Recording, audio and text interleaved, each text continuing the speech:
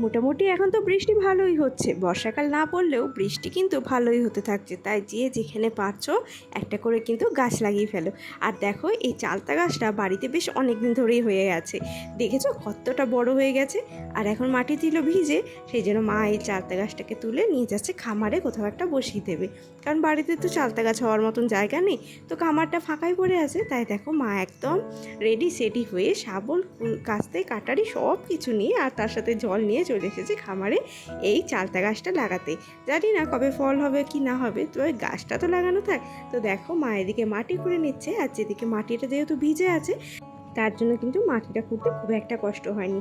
আর দেখো অল্প একটু গর্ত করে এখান দিয়ে কিন্তু চালতা গাছটা মা বসিয়ে দিল। আচ্ছা, চালতা খেতে কে কে ভালোবাসো আমাকে একটু কমেন্ট করে জানিয়ে তো।